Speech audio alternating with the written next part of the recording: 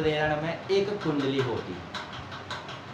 स्वप्रेरण में या तो एक कुंडली का उपयोग किया जाता है या फिर स्वप्रेरण में केवल एक परिनालिका का उपयोग किया जाता है। होते तो एक ही है, चाहे एक कुंडली लें या फिर एक परिनालिका लें, लेकिन जो आपका अन्योन्य प्रेरक होता है, यहाँ पे अब हम डेफिनेशन देखेंगे किसकी, अन्योन्य प्रेरण की परिभाषा।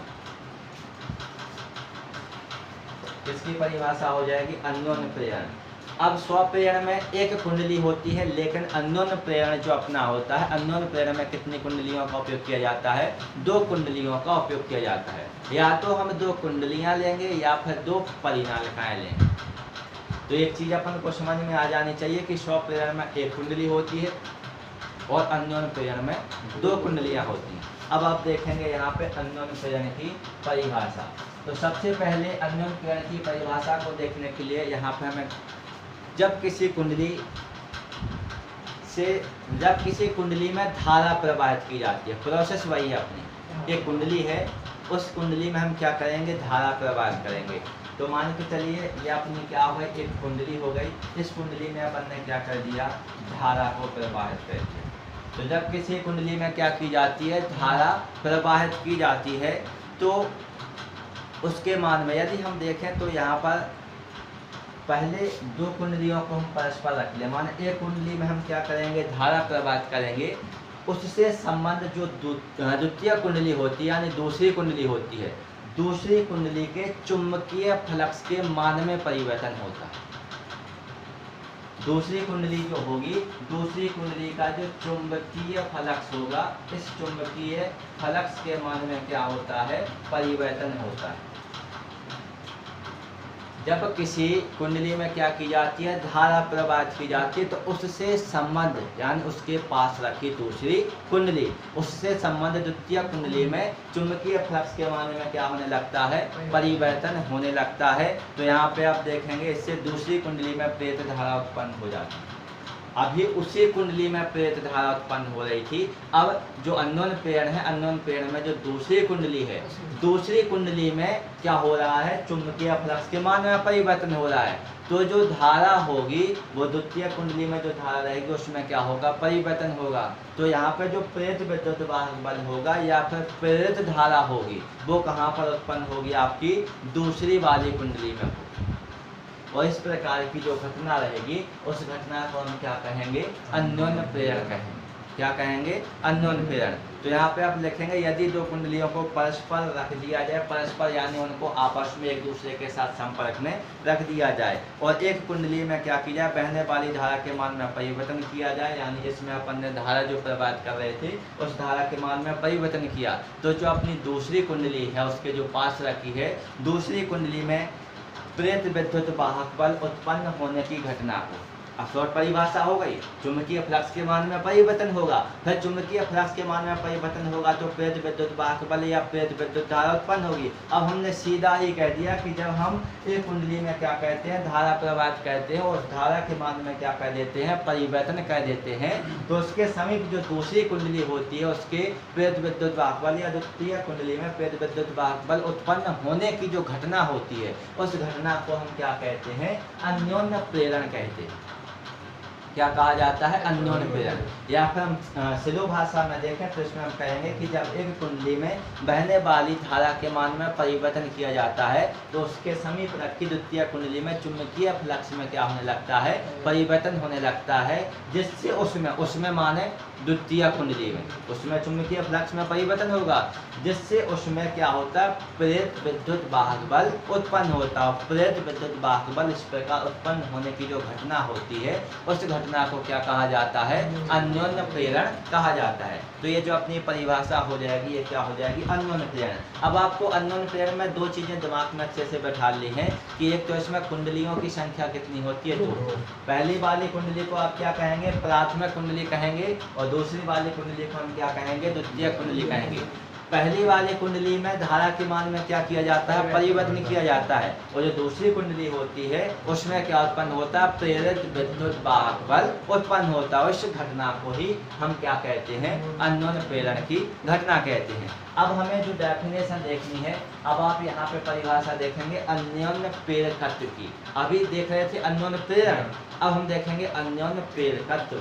तो यहाँ पे हमारी जो अगली परिभाषा है, अगली परिभाषा किसकी हो जाएगी, अन्योन्य प्रेरकत्व की हो जाएगी। किसकी हो जाएगी, अन्योन्य प्रेरकत्व। और जो अन्योन्य प्रेरकत्व होता है इसी का अगला नाम क्या हो जाएगा, अन्योन्य प्रेरण गुणांक हो जाएगा। इसी को आप क्या कह सकते हैं, इसी का हमारा नाम हो जाएगा अन्योन्य प्रेरण गुणांक हो जाएगा। ये शब्द यहाँ पे लग जाता है, प्रेरकत्व को ही हम क्या कहते हैं, प्रेरण गुणांक कहते हैं। तो अन्योन्य प्रेरकत्व या फिर अन्योन्य प्रेरण गुणांक। अब यदि प्राथमिक कुंडली में धारा, अब यहाँ पे हम फिर से परिभाषा किससे बनाएंगे, सूत्र की सहायता से यहाँ पे आप परिभाषा को बनाएंगे। तो प्राथमिक कुंडली जो हमारी थी, प्राथमिक कुंडली में यदि धारा आईपी प्रवाहित करेंगे, आई यानी धारा प्रवाहित किसमें कर रहे हैं, प्राथमिक कुंडली यानी प्राइमरी कुंडली, तो यहाँ पे अपन क्या लगा देंगे, पी। तो क्या हो जाएगा, आईपी माने प्राथमिक कुंडली में बहने वाली धारा। समझ रहे, संकेत हो जाएगा ये, प्राथमिक कुंडली में बहने वाली धारा।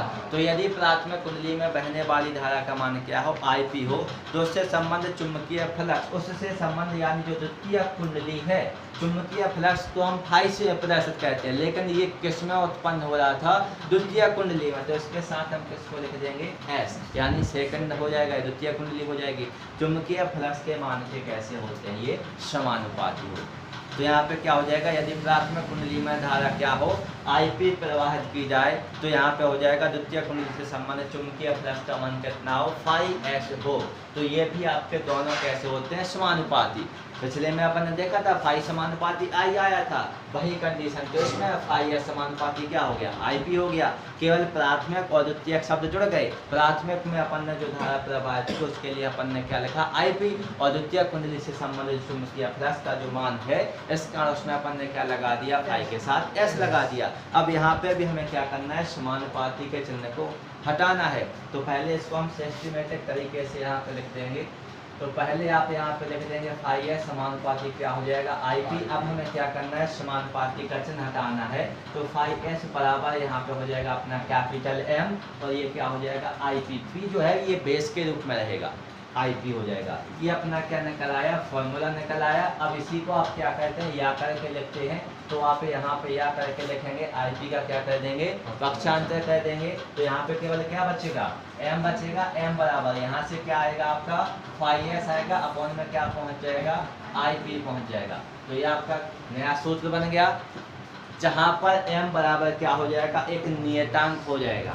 एम बराबर क्या हो जाएगा, एक नियतांक हो जाएगा। और एम जो नियतांक होता है इसी कुंडली का क्या कहा जाता है, अन्योन्य प्रेरकत्व कहा जाता है। एम को ही क्या कहा जाता है, कुंडली का अन्योन्य प्रेरकत्व कहा जाता है, या फिर इसी को अन्योन्य प्रेरण गुणांक कहा जाता है। क्योंकि दो नाम होते हैं, तो दोनों में से हम किसी एक को भी लिख सकते हैं। तो या तो हम सीधा लिख दें कि अन्योन्य प्रेरकत्व कहा जाता है, या फिर हम इसको क्या कहेंगे, अन्योन्य प्रेरण गुणांक कहते हैं। इसके बाद यहाँ से भी हमें क्या देखनी है, परिभाषा देखनी है। जैसे हमने उसमें कैपिटल एल की परिभाषा देखी थी, ठीक उसी प्रकार यहाँ पे हम किसकी परिभाषा देखेंगे, कैपिटल एम की परिभाषा देखेंगे। तो यहाँ पे आप देखेंगे, इस वाले फॉर्मूले में आप रखेंगे कि जो धारा है यानी आईपी, आईपी धारा यानी कौन सी कुंडली में प्रवाहित होने वाली धारा, प्राथमिक कुंडली में प्रवाहित होने वाली धारा। और जब हम परिभाषा देखते हैं तो मान कितने रख देते हैं, एक रख देते हैं। तो यहाँ पर हम आईपी का मान कितना रख देंगे, 1 एम्पियर रख देंगे। कितना रख देंगे, 1 एम्पियर। तो यहाँ से आप देखेंगे फाई एस बराबर क्या हो जाएगा आपका एम, एम के साथ 1 का गुणा करेंगे तो केवल हमारा एम ही शेष रहेगा। तो क्या निकल आएगा, फाई एस बराबर क्या हो जाएगा, कैपिटल एम। या फिर इसी को हम यदि दूसरे प्रकार से लिखना चाहें तो इसी को आप कैसे लिख सकते हैं, या करके क्या हो जाएगा आपका एम बराबर क्या हो जाएगा, फाई एस हो जाएगा। बात तो एक ही हुई, चाहे फाई एस बराबर एम लिख दें या फिर एम बराबर क्या लिख दें, आप फाई एस लिख दें, ये हो गया। अब इसमें आप देखेंगे किसकी परिभाषा, कैपिटल एम की परिभाषा। तो किसी किन्हीं दो कुंडलियों के बीच अन्योन्य प्रेरकत्व का संख्यात्मक मान, किन्हीं दो कुंडलियों के बीच अन्योन्य प्रेरकत्व का संख्यात्मक मान यानी कैपिटल M। अन्योन्य प्रेरकत्व का संख्यात्मक मान, और अन्योन्य प्रेरकत्व को हम किससे प्रदर्शित करते हैं? M से प्रदर्शित करते हैं। तो किन्हीं दो कुंडलियों के बीच अन्योन्य प्रेरकत्व का जो संख्यात्मक मान होता है, द्वितीय कुंडली से संबंध चुंबकीय फ्लक्स के मान के कैसा होता है? बराबर होता है। द्वितीय कुंडली यानी S से संबंध चुंबकीय फ्लक्स को कैसे प्रदर्शित करते हैं? फाई से। तो चुंबकीय फ्लक्स द्वितीय कुंडली से संबंध चुंबकीय फ्लक्स के मान के बराबर होता है। कब बराबर होता है? जब उसमें 1 एम्पियर की धारा प्रवाहित की जाए, उसमें यानी प्राथमिक कुंडली में। प्राथमिक कुंडली में यहाँ पे अपन ले रहे थे अभी IP का मान कितना ले रहे थे? 1 एम्पियर। तो जब प्राथमिक कुंडली में प्रवाहित होने वाली धारा का मान कितना होना चाहिए? 1 एम्पियर होना चाहिए। तो यहाँ पे अपनी डेफिनेशन हो जाएगी M बराबर फाई S की। अब यहाँ पे भी यदि अपन इसका यूनिट देखते हैं, इसका मात्रक देखते हैं, तो चूँकि चाहे आप 100 प्रेरकत्व को देख लें या फिर अन्योन्य प्रेरकत्व को देख लें, दोनों का ही मात्रक हमारा क्या होता है? हेनरी होता है। तो इसका भी यदि हम मात्रक देखेंगे तो मात्रक क्या हो जाएगा? हमारा हेनरी हो जाएगा। तो ये यहाँ पे आपने देखा 100 प्रेरकत्व और अन्योन्य प्रेरकत्व की हमने क्या देखी? परिभाषा, और दोनों को डिटेल में पढ़ा। अब यहाँ पे हमें देखना है दोनों में